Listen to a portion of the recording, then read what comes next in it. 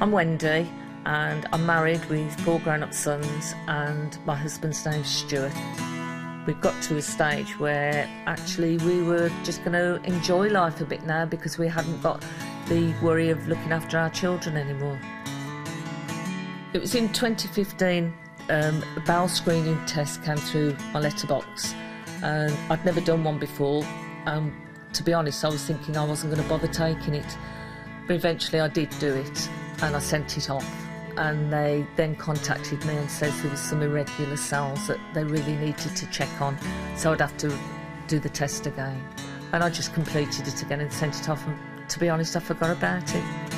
Then I got another letter off them saying that I'd have to go for a colonoscopy. Even then I wasn't worried, and the appointment was for the following week, so I organised to go to that. Colonoscopy took about half an hour, I would think. Saw the doctor straight away. Apparently there was a nurse in the room. I don't remember that. I just remember seeing him and him blurting out the words that I'd got cancer. It was December the 24th. It was on Christmas Eve. I just kept thinking inside, he's got it wrong, it can't be right. But he says, for some unknown reason, you knew, didn't you? And I said, yes, I did, and yet I didn't. And I don't know why I said that I did. I can't remember anything at all other than the doctor sitting opposite me. I don't remember the nurse being in there. I didn't know there was a nurse there until afterwards when Stuart told me.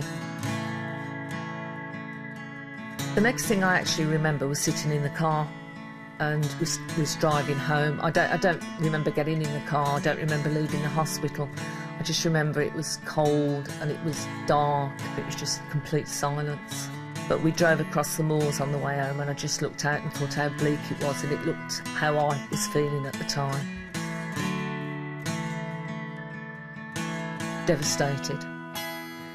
Absolutely devastated.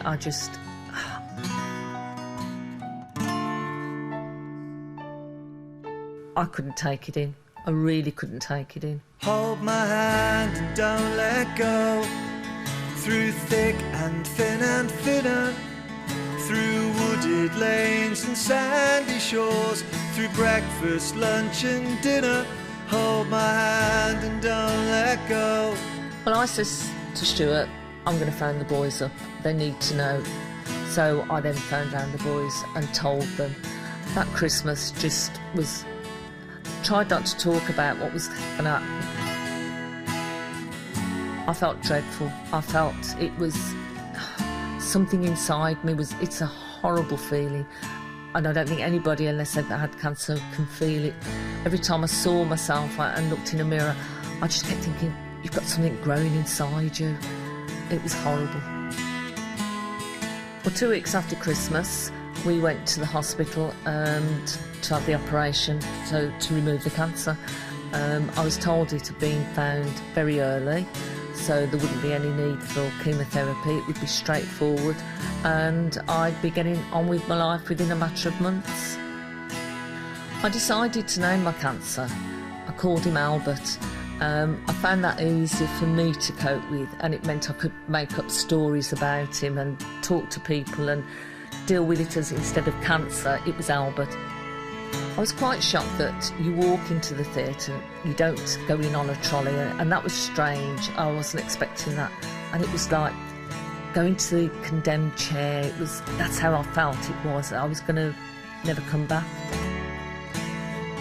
The doctor comes and talks to Stuart and me and says actually it had broken through the bowel wall, so I would need chemotherapy.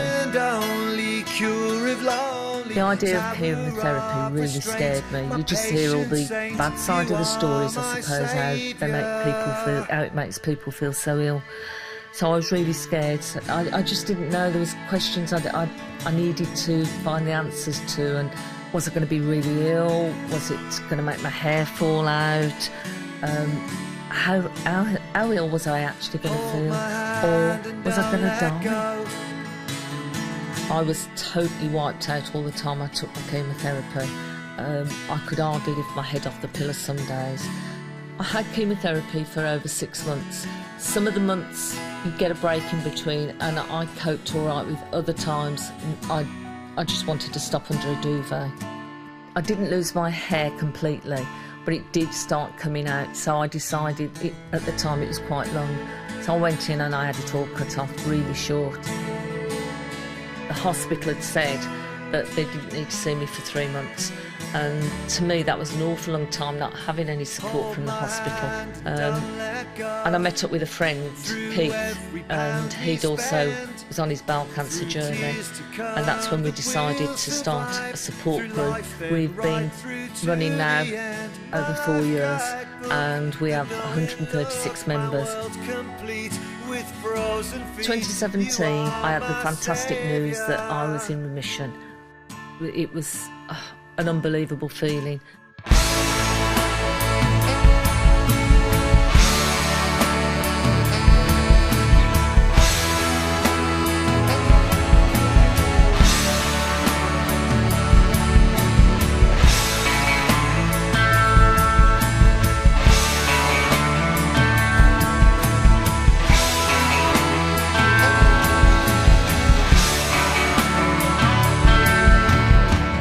Sadly for us, after a couple of months of running the group, in the December, Keith, who helped me start it up, lost his battle with bowel cancer.